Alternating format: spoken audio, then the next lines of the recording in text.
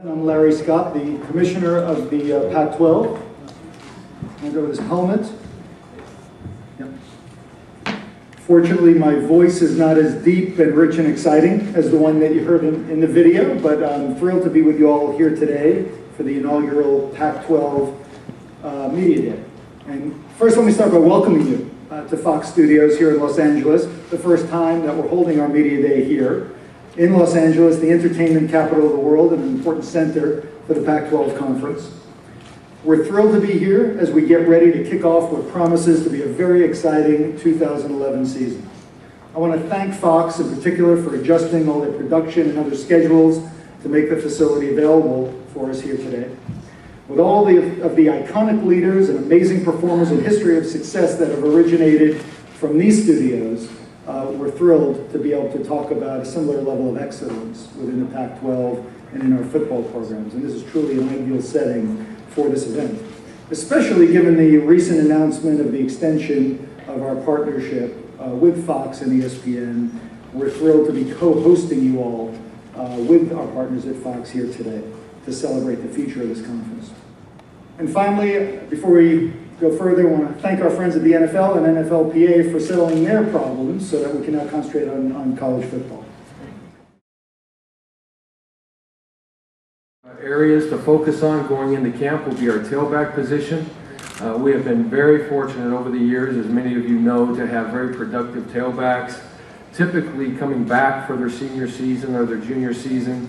With Shane Vereen leaving early, we have good backs, but they don't have the experience of the production. So we're very eager to see what they can do. I think the strength of our offense lies in our offensive line and our wide receiving core, led by Marvin Jones and Keenan Allen. I think those guys are going to provide great leadership and production for the offense. Award winner is the nation's #1 running back, and obviously I've always believed that to win football games you have to be able to run the football, and we've led the Pac-10 in rushing for the last 4 years, total offense for the last 4 years, scoring offense for the last 4 years. And Michael's a huge part of that. We've had a great tradition of running backs in the 4 years that I've been there, but Michael's a special player. The one thing we're excited about is we feel like we have two. You know, you put Michael with Kenyon Warner and can take Michael out of the game and then put Kenyon in the game. We really don't think we lose anything, and we think that tandem, you know, I really would say could match up with everybody in the country. Coach, can you talk a little bit about your latest recruit with DeAnthony Thomas and what made you go after him? What did you see in him? Yeah, DeAnthony can run and just flat out run. He is a speed kid, you know, and just jumped off a tape. You know, I know a little while ago we were actually watching another player in the springtime, and we're looking at a linebacker, and our coaches were watching the tape, and we're talking about recruits for next year, and everybody kind of remarked, like, who's the running back on the other team that's just ripping them? And I said, thank goodness for us, that kid's coming here, and he's already going to be on our campus in June. So David's seen him. We haven't been around for any of the workouts. I know David told me when we flew down here that he's really fast, so I believe it's our coach's job to figure out a way to see if we can get him to football.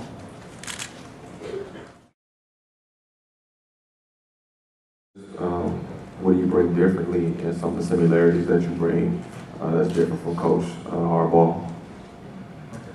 Well, I think the big thing is, I would say similarity first, is that we're both competitive. Everything we do is about competition. Our practices, our meetings, everything that we do circles around competition. Our players feel that. They know that even if you're not a starter, if you compete hard in practice, you'll get a chance to play.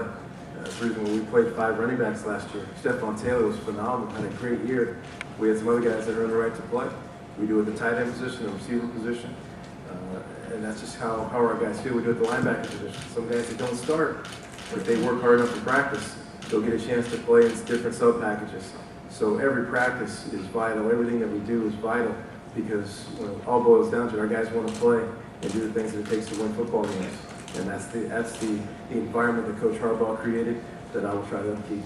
Differences are minimal, because our biggest difference is just we have different personalities. We have the same goals, we have the same competitive drive. We like to teach.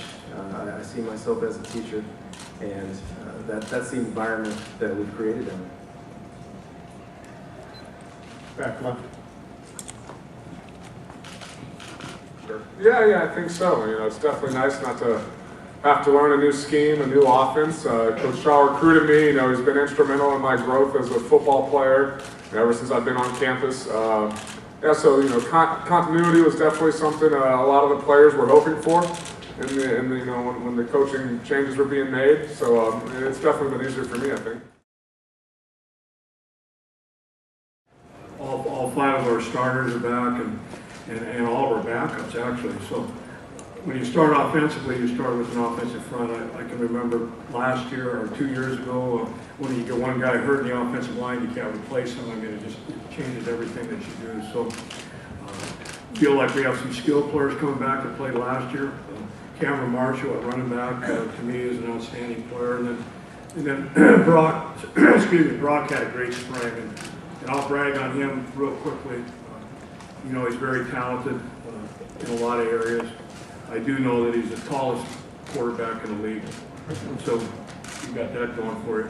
But the thing that's really jumped out is his leadership ability, how he's taken things over in spring football, how he's taken things over in the summertime offensively, and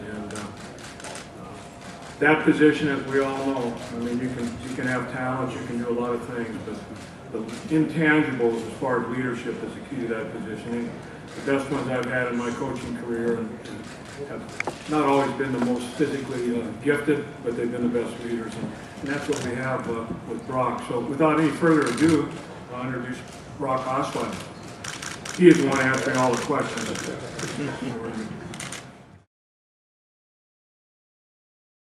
What is it going to take to turn this season around and continue your coaching tenure? Well, don't have to turn it around yet because nothing bad's happened yet. But you know, I think in this business we all are on somewhat of a hot seat at all times. I mean, it just comes with the nature of the beast.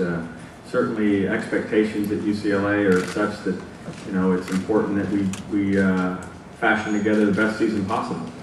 I think we have a number of quality kids with the kind of experience that you can safely say they're going to play well. You know, we've got to get lucky and stay healthy like every other team has to.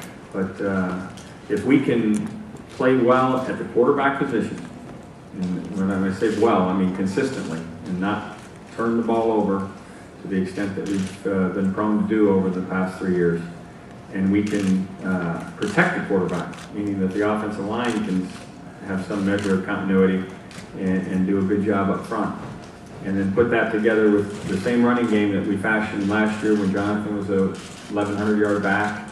I think we're light years ahead of where we were at this point in the running game. For those reasons, hope springs eternal.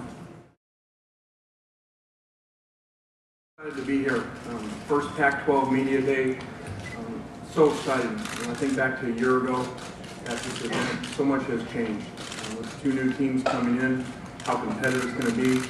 I got to think if you look at it, it's the most competitive the conference has ever been in its history, and we're excited to be part of that. Obviously, a lot of credit goes to Larry Scott and his staff for not just expanding the conference, but so many ideas outside the box. The Friday night championship game, where we know there's football being played. Talk a little bit about just having, you know, the top receivers to throw to now with Woods and Farmer. Yeah, I have quite the arsenal at my disposal this year with receivers, and Robert will be back, and my coach said we'll be hoping for more out of him this year. And George Farmer is a special receiver too, taller and bigger, and I would say faster than Robert Woods. So we'll see how he progresses in this fall camp. And another receiver from the same high school, they all came from Sarah, from Gardena, right down the street from USC, is Marquise Lee. And so those 3 guys will be able to help us out, and not to mention all the guys we already have with Bryce Butler, who's returning for us. He was thinking of leaving, but he's coming back. I have a good relationship with him. Good timing with us too. Marquise Campbell's is going to be a great receiver for us. Brandon Carswell, who has kind of been under the radar in the last couple of years, but has been a consistent receiver for me. I trust him a lot. Runs great routes.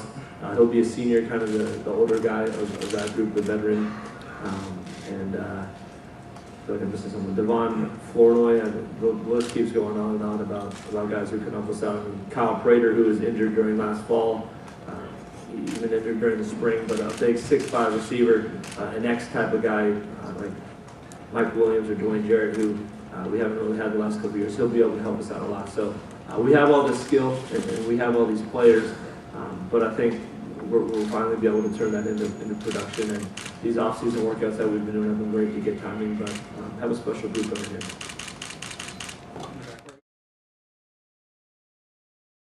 I'd like to say is we're ecstatic about the opportunity to join the PAC-12 conference. It's something that's been talked about in Salt Lake City for a lot of years, even back when it was PAC-8, going that far back. So it's something that is very exciting for the university, for the community, and big challenges lie ahead. We're fully aware of that. PAC-12 is a very good conference, a lot of good football teams, but with big challenge comes big opportunity, and we're excited about the opportunity we have moving forward. I've got Tony Bergstrom with me here. He's an offensive right tackle. Played a lot of great football for us.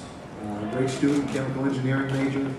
Represented our university very well through the years, and going into the senior year, felt he was very deserving to be the player to represent us here at these media days. So, with that, questions. And challenge our players to, to have the ability to put ourselves in a position to win a championship or compete in a championship game is something that, we'll strive to do this season. I probably know the answer to this, but what's your reaction when you see you guys pick fourth in the South? I didn't even see it until it doesn't affect me. We've never been picked high, so it's not unusual for us, is it? Why do you think that is? I don't know. I just think I'm a bad coach. Back right there.